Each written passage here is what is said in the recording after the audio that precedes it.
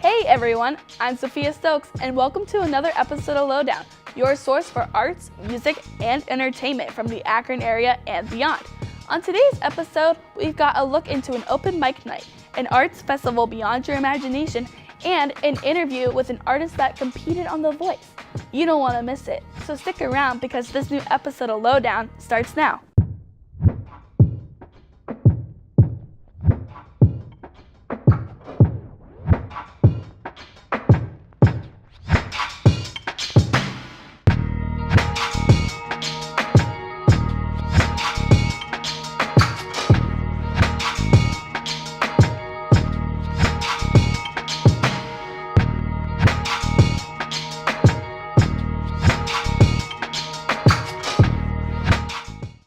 Welcome back. Now we here at Lowdown love the arts, but we especially love when that art is inspired by the place it's made in. Our member Jordan went to Kent to visit their Better block party. She had the chance to interview a city councilwoman on her thoughts of the new projects they have in place for the beautification and renewal of the arts within the city. I can't wait to hear what she has to say, so let's check it out.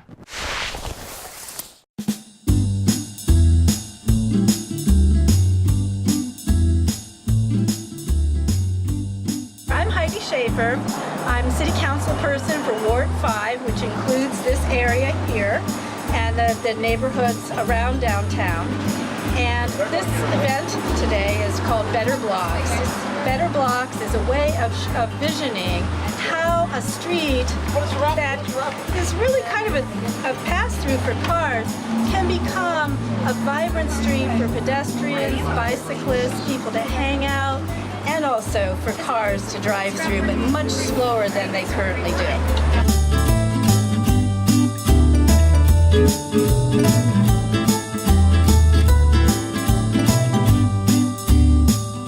So we have a grant. The City of Kent got a $1 million grant to make improvements in the street. And so we wanted to gather people together, stakeholders, people that already own businesses here, people that live close by, people that are just interested in what could be. And they've been meeting on a very regular basis to put together this very visual display of what we'd like to see happen. Now, it probably won't unfold exactly like this, but what we do want to see are places for people to hang out. We want to see public art. We want to see this have this sort of character of its own, like the colorful crosswalks, like the little pocket parks, things like that. The Better Block event, there are lots of features to it. The first and very most important thing is we've narrowed the street.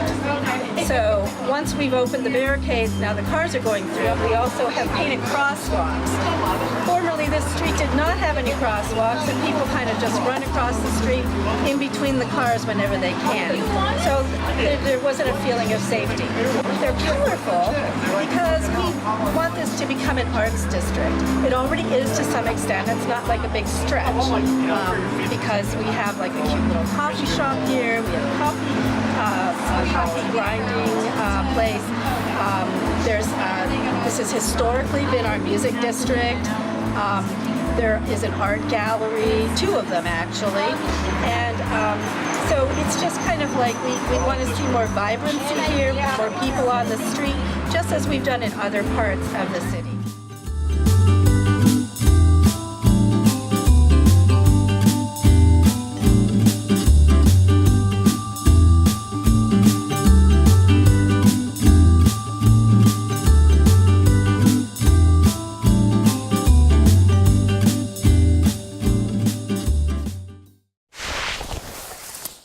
Wow, I love to see people so passionate about their city. Speaking of passion, our next package features a talented musician from Canton who shows his passion through an open mic night he hosts every week. For this musician, local is an understatement. He performs literally miles from his home. Let's take a look at the performers who showed their talents at this fun open mic. Can't wait till you see what we got in store for you. Well, the acoustic jam on Tuesdays, basically I start off, I start playing, I'll play some songs, And then area musicians will get up and they'll play along, or they'll play by themselves. It doesn't matter. Sometimes we get together, sometimes they do their own thing. Usually it's like acoustic guitar, sometimes mandolin, violin, saxophone, cajon, some hand percussion type stuff. But we do this every week, and it's great. Just a vocalist can come up and sing, or you can come up as a guitarist. There's 2 guitar setups, so you can come up and play by yourself, or you can play with another guitar player, or you can play with the house band. And usually the house band that we usually know most of the songs that are requested. We have a large knowledge of music, so we play everything from old school country to modern rock, blues, whatever we need to play. I host the jam. I play guitar and sing. Sometimes I end up behind a drum, sometimes I end up on bass. The scene around here is amazing.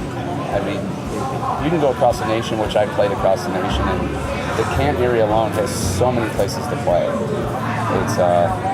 That's why I've made my living playing music. I play 6 nights a week, and I do it just in this area, and I actually do it within 2 to 3 miles of my house.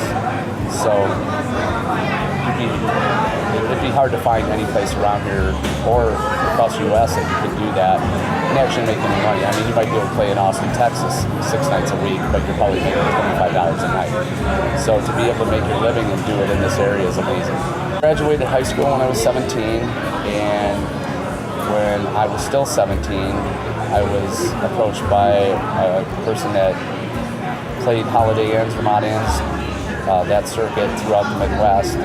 So I had only been playing guitar for maybe a year, and sang with the band a little bit before that. So I ended up going on the road with him, playing like 3 months, 6 nights a week. That was really my first gig. So I lucked into that. I wasn't very good, and he played a lot of cool swing stuff and that, and I was lucky to even be able to play chords at that point. So, and then after that, I ended up joining a band out of Minneapolis, and then joining a band out of Tulsa, Oklahoma, and toured all over the country. So that lasted about 6 years. I play guitar, drums, bass, a little bit keyboards, but mostly I stick to guitar, lead with guitar, and vocals.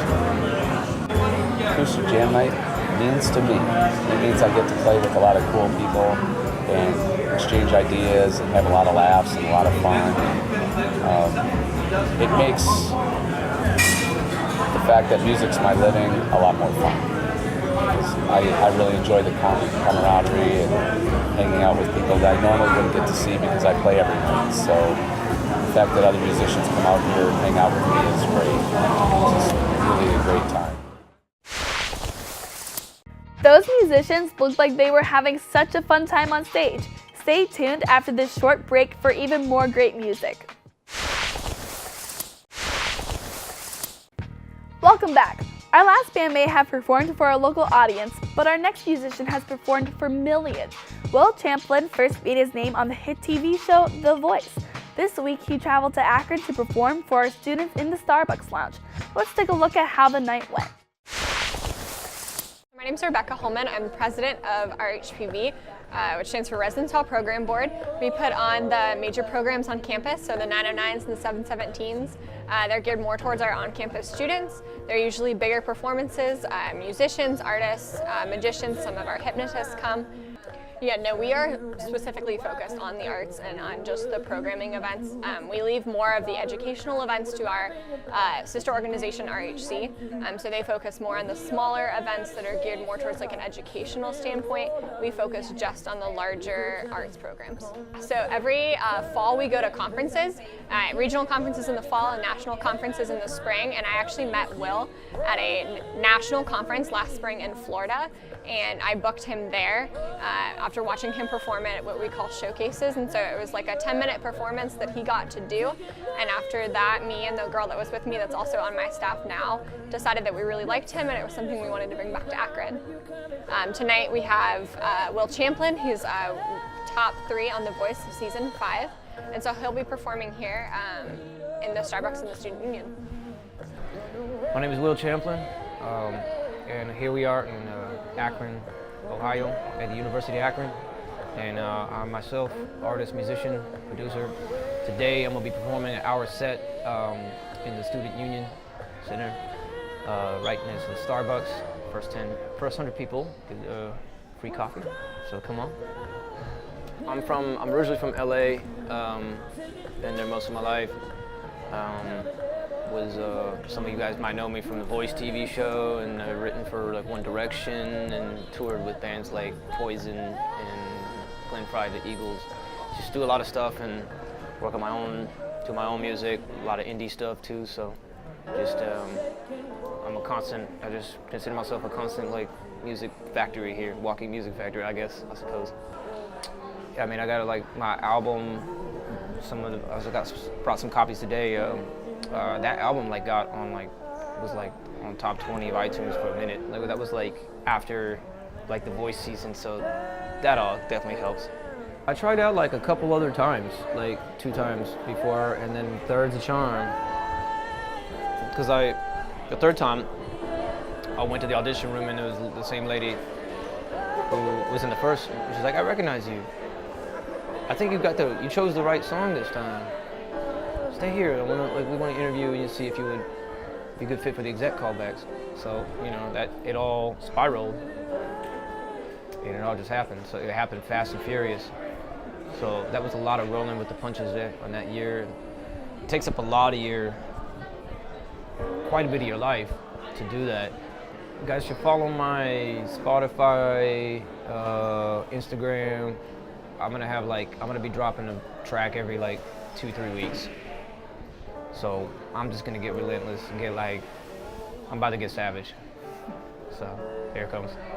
Anyways, yeah, so it's great to be here, and see you soon.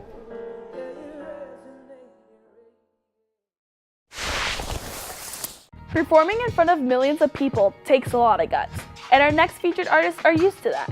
This week, I got to interview company members of Abraham in Motion, a dance company based in New York City that is here at the University of Akron for a week of residency. The faculty of Abraham in Motion get to come teach dance classes this week and got to perform a show at E.J. Thomas Hall. Let's see how this week turned out for them. I'm Kirati Janakanwipat. Hi, I'm Claude Johnson. I go by CJ.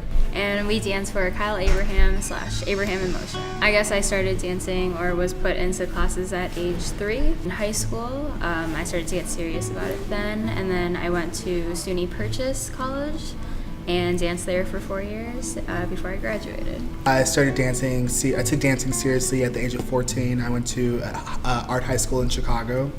From there, I went to SUNY Purchase as well and studied 4 years the BFA program. With dancing, not in college anymore, but now in a dance company, I would say, I see myself using everything I learned in college in a dance company. All the tools we needed in college I'm finally using in a dance company. I guess the biggest difference would be the workload. In school, we'd be dancing for maybe 10, 12-hour days sometimes, which is pretty crazy. We still have pretty long days at work too, but it's a little more spread out. I'd say my favorite style of dance would have to be between ballet and Graham, just because ballet keeps you strong, keeps you fluid, but also Graham works your core, gets you grounded, gets you in the floor, gets you dancing. My favorite style would be like a blend of contemporary, modern, maybe hip hop fusion. I've kind of gotten to a place through college, just trying to picture everything as just movement, instead of categorizing them, identifying myself as a mover to be able to do all those things. Being on stage, after putting in all the hours, it feels that everything is full force, everything is full circle. It's what we work for, basically. It's to be put on stage, it's to show, it's to present, but also to give the message out. You get used to performing shows back to back to back, and it's different every time, and just feeling that different process. Teaching the students have been really fun here. For us, we're actually new to teaching an AIM style class. This is our first teaching residency with the company.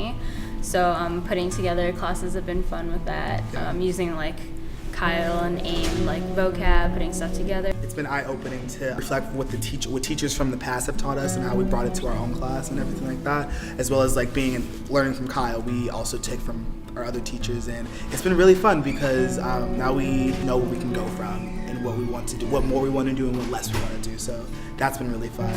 And like it's been a good response from the students as well, just like knowing what. Bring great energy. All throughout the week we're teaching just, I guess, a series of modern master classes. And the favorite piece that I performed that I love would be Kyle Abrahams' Live the Realist MC. It's just super full out dancing, but also the message has something to do with like being gay in the world, and I really take to that piece a lot. I love it a lot. Fear shouldn't stop you from doing anything. Right. Even we were talking to one girl today, and she's like, "Oh, I wish like I could be a rockette." I'm like, "Oh, just go audition." Yeah, and I was like, "Oh, are you tall enough?" Because she sounded like, you know, she just couldn't be one. And she's like, "Oh no, I am." I was like, "Just go." Yeah, like meet people there. I heard there's an intensive. Take the intensive. Auditioning for the job is the easiest part, but having the job and working in the job is the hardest part because you gotta keep the job. You gotta keep the job, Yeah. and that's would be the most challenging thing. It's just that the work doesn't start until you begin. I'd say the advice I could give is just to be patient, but don't give up, because everything takes time. Everything comes at a certain place and time, and so yeah, just be patient and keep going full force with your art. Any company, choreographer, dancers that you're interested in, reach out, take the workshops, do the intensives, make your connections there, keep good relationships, or give attention to your interests outside of dance as well, or your own art. You know, it gives you a lot of great perspective into what you already do, and yeah. It could also help your dancing. Yeah, you realize, and not everything's about dance, you know, so it's important to pay attention to those things too and give those time. I loved getting the chance to learn with the dance faculty this week, but just like those dancers, I need a water break, so stay tuned for more great content after this. Welcome back, everybody. Now here on Lowdown, we like to look at the arts and music of now, but we also love to dig deep into the future and past. For Peyton's video, she visited the Ingenuity Festival, where this year's theme was Future Past. Both dancing and art were involved at the festival, incorporating new creations in an industrial space. Sometimes we can see the same messages from the past and the future, so let's check the message this festival sent. My name is Emily. I'm the Artistic Director of Ingenuity Fest and also of the year-round organization Ingenuity Cleveland, which runs Ingenuity Labs and a whole bunch of cool programs and activities out of this space on the east side of Cleveland. This is a festival of art and technology. It's about cross-pollination between different media. We have musicians, performers, dancers. We have people who are makers and tinkerers who work on a lot of DIY projects with electronics. We build large-scale art. We build small-scale stuff, things that are really quirky, things that are a little bit more quiet and introspective. And all of that takes place at the end of September every single year. This is Ingenuity's 14th year as a festival. A few years ago, the organization decided to become a year-round organization and really launched a bunch of kids programs, started partnering with a lot of other folks in town. And I was lucky enough to join on just about 3 years ago and really was able to take that idea of becoming year-round and push it forward. We got this physical space. This is right near 55th and St. Clair in Cleveland St. Clair Superior neighborhood. It's 5401 Hamilton, and it's the Hamilton Collaborative. So we partnered with a bunch of other like-minded organizations to create a new permanent art space for Clevelanders. Not always a festival, but there are a dozen businesses, small creative businesses, working together to make something that is sort of community-facing, where you can come in and get involved in tons of skills and activities. So the idea is, unlike a lot of other art spaces, we're not just there because it's great studio space or because we like the location, but it's really intentionally to interact with each other, and that's why we're called the Hamilton Collaborative. I just had somebody say to me the other day, and it's absolutely true, we have the best audience. It's really diverse, it's all ages, people come from all over, they come from Cleveland proper and they come from further out, and it's mostly people who are here to experience something new. They're very open-minded, they're really chill, they're really friendly, and everything about this event is kind of about exploring. So I find that it's really important to us when we're curating the event that we create places like this funny thing that I'm sitting on for people to hang out and meet and talk to each other. A lot of our installations you can climb on or sit inside, and all of that we think really facilitates sort of human interaction and meeting each other. So we have 6 fully programmed stages, a couple of main stages where you might see traditional music acts either from Cleveland or from out of town, but also fun things like the Time Travelers Tavern, which is all jazz and spoken word, and the Ingenuity Cabaret, which has everything from puppet shows to 10-minute one-act plays and acrobatics, even from, we just got done with some really young acrobats from B Studios, folks using the aerial apparatus in really fantastic ways, all the way down to maybe 6 or 8 years old. We have a vertical dance collaboration with a group, Morrison Dance, which is led by Sarah Morrison, and they're tenants alongside of us in this Hamilton Collaborative. We partnered with them to come up with something totally new that would use the architecture of the space, and we built a tremendous 3-story high dance stage where the stage itself is the vertical wall. So we're rigging dancers from the ceiling, and they're using a floor platform and all the way up onto the wall. Stuff you really couldn't do anywhere else if you didn't have the ability to access this space year-round and bring together engineers and projection artists and lighting designers and musicians, and even we consulted with local rock climbing gyms and brought some folks in from out of town too. So very multifaceted types of works. So we're open every single Thursday night. You can find out more information at ingenuitycleveland.org or follow us on Facebook at Ingenuity Cleveland, and come be an engineer. So unfortunately, my message to you guys is that this episode of Lowdown is over. No worries though, we'll be back with another episode soon. Make sure to follow us on Twitter, Instagram, and YouTube, all at ZTV Lowdown. And that's it for this episode. See you next time on Lowdown.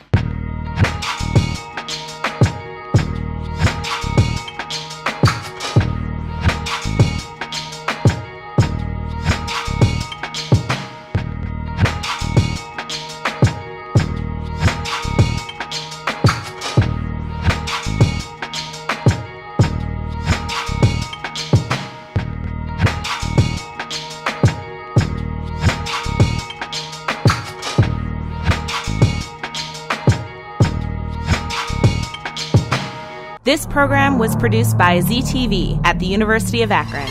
To find out how you can make Emmy-winning media, visit the UA School of Communication online. ZTV. Make media. Make a difference.